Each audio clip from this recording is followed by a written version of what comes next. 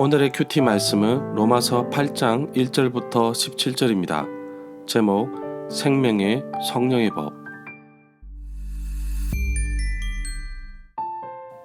먼저 앞뒤 문맥을 살펴보겠습니다. 법이 효력을 상실하듯이 우리는 죄에 대하여 죽은 사람이라고 말하고 있습니다. 율법의 효력에서 벗어나 이제는 성령의 법에 따르는 자들입니다.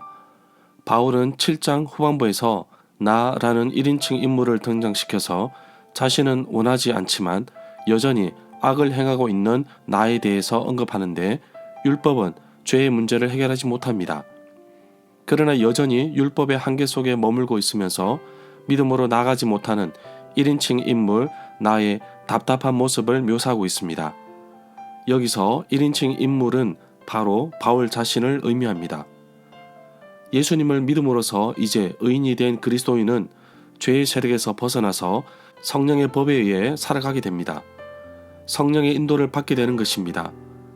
율법은 죄의 문제를 지적하지만 근본적인 해결책은 아니라는 것을 우리는 압니다. 로마서 7장 25절에서 마음으로는 하나님의 법을 그리고 육신으로는 죄의 법을 섬기는 모습을 보았습니다. 그러나 로마서 8장에서 예수 안에 있는 자에게는 정죄함이 없다고 하였는데 바로 2절에서 예수 안에 있는 생명의 성령의 법이 죄와 사망에서 해방하였다고 말씀하고 있습니다. 율법 자체는 선하고 의롭고 거룩하지만 율법 자체가 구원의 길이 될 수 없다는 사실입니다. 성경은 오직 예수 그리스도만이 유일한 길이라고 말씀하고 있습니다. 율법은 할 수 없지만 하나님은 하십니다. 바로 자기 아들을 육신의 모양으로 보내어 주신 것입니다. 로마서 8장을 두고 기독교 신앙의 성서 중에 지성서라고 불리기도 합니다. 8장 첫 부분 1절부터 13절은 두 가지 목적을 가지고 있습니다. 첫 번째 목적은 바울이 율법에 대한 문제를 다루는 중단 7장 7절부터 25절 이후에 7장 6절에서 성령의 새로운 길에 대한 언급을 서술하고 있습니다. 바울은 로마서 8장에서 푸뉴마, 성령, 영이라는 용어를 21번 사용하고 두 번의 경우 15절 상반부와 16절 하반부를 제외하고는 모두 성령을 가리킵니다. 두 번째 목적은 1절부터 13절에서 근본적인 목적을 말하고 있습니다. 6장과 7장에서 바울은 논정의 주요한 흐름에서 다소 우회하여 새로운 삶의 보통의 두 가지 핵심적인 위협이 되는 죄와 율법을 다루고 있습니다. 문단을 나눠보겠습니다. 1절부터 13절은 성령의 지배, 14절부터 17절은 이제는 노예가 아니라 자녀입니다. 1절부터 2절에 보면 그러므로 그리스도 예수 안에 있는 사람들은 정죄를 받지 않습니다. 그것은 그리스도 예수 안에서 생명해 주시는 성령의 법이 당신을 죄와 사망의 법에서 해방하여 주었기 때문입니다. 결론적으로 그리스도 예수 안에 있는 사람은 더 이상 율법의 저주 아래 머물지 않다는 말입니다. 생명의 법은 성령의 통치를 의미한다고 볼 수 있습니다. 3절부터 4절에 보면 두 구절은 죄와 율법과 육신 사이의 파멸 관계를 하나님께서 어떻게 끊어내시는지를 말하고 있습니다. 죄의 근본적인 것을 해결하기 위해 하나님은 자기 아들을 세상에 보내셨습니다. 자기 아들을 죄의 집의 영역 안으로 보내셨는데 비록 죄 있는 육신의 모양으로 이 땅에서 사셨지만 결코 죄에 굴복하지 않으셨습니다. 십자가에서 죽으심으로 죄를 속하여 주셨습니다. 성령을 따라 행하면 육체의 욕심을 이루지 않습니다. 성령으로 살면 성령으로 행하라고 갈라디아서 5장 25절에서 말씀하고 있습니다. 5절에 보면 죄의 본성을 가진 육신을 따라 사는 사람은 죄의 본성을 바라는 생각을 하지만 성령을 따라 사는 사람은 성령에 속한 것을 생각합니다. 성령이 바라시는 일을 생각하고 따릅니다.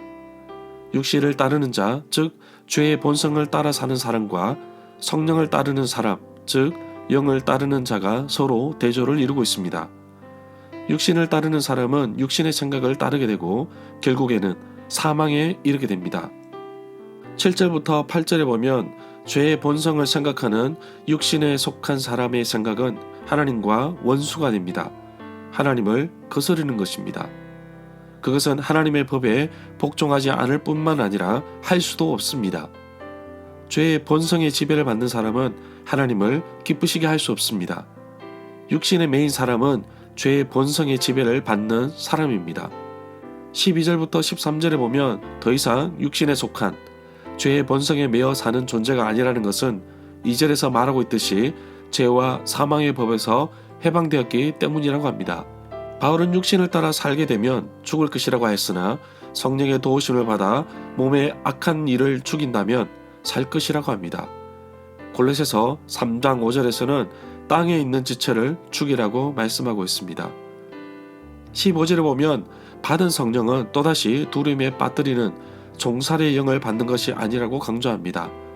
하나님께서 자녀로 삼으시는 영이기 때문에 우리는 그 영으로 하나님을 아빠, 아버지라고 부릅니다. 양자의 영은 자녀로 삼은 영을 의미합니다.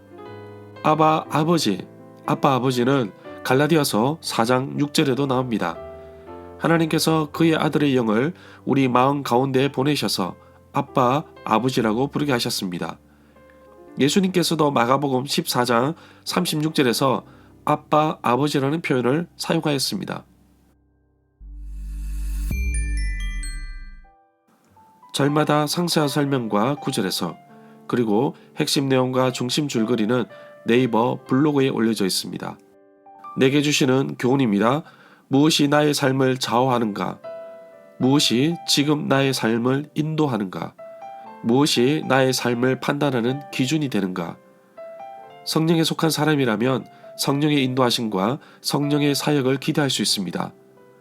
죽음이 아닌 생명으로 이끄시는 하나님께 감사드리며 또한 하나님이 기뻐하시는 이 삶을 지속적으로 이어갈 수 있도록 철저히 나의 삶을 되돌아봐야겠습니다. 바로 양자의 영을 받았으니 아빠라고 부르게 됩니다. 비록 법적인 나의 아버지이시지만 내가 친밀하지 않으면 교제는 더 이상 일어나지 않습니다. 하나님과 지속적인 교제를 통해 하나님의 인도하심을 받는 삶을 살기를 원합니다. 나의 아버지 되신 하나님께 오늘 나의 삶을 맡기며 성령의 인도하심을 따라 사는 하나님의 자녀로 바르게 살아가게 하옵소서.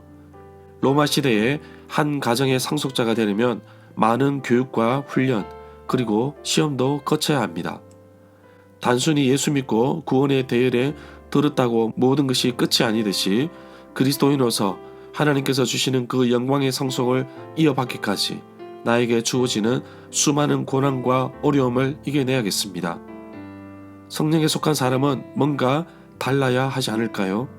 그저 세상 사람들의 생각과 사고에 파묻혀 흔적도 없이 살아가서는 안 될 것입니다. 매일 경건의 연습을 통해 하나님을 생각하고 성령의 인도하심 속에서 살아가야 하지 않을까요? 날마다 결정해야 할 과제, 바로 오늘 나는 성령의 인도하심을 따라 살 것인가? 아니면 죄의 본성의 지배를 받으며 살 것인가? 물론 전자라고 하시겠지만 결코 쉬운 일은 아닙니다. 자신을 부정하고 하나님께 자신의 삶을 내려놓아야 하기 때문입니다. 오늘 하루도 내 삶을 받아주시고 변화시켜 주시는 우리 주님께 나의 삶을 맡겨야겠습니다. 오늘 하루도 성령의 인도하심 속에서 꾸준히 묻고 답하고 따르고 순종하는 삶을 살게 하옵소서. 하나님의 자녀인 나를 붙드시고 이끌어 주시기를 원합니다. 다시는 죄와 사망의 법에 매여 살지 않고 성령의 법이 나를 자유롭게 하사 성령을 따라 생각하며 사는 하루가 되기를 간절히 소망합니다.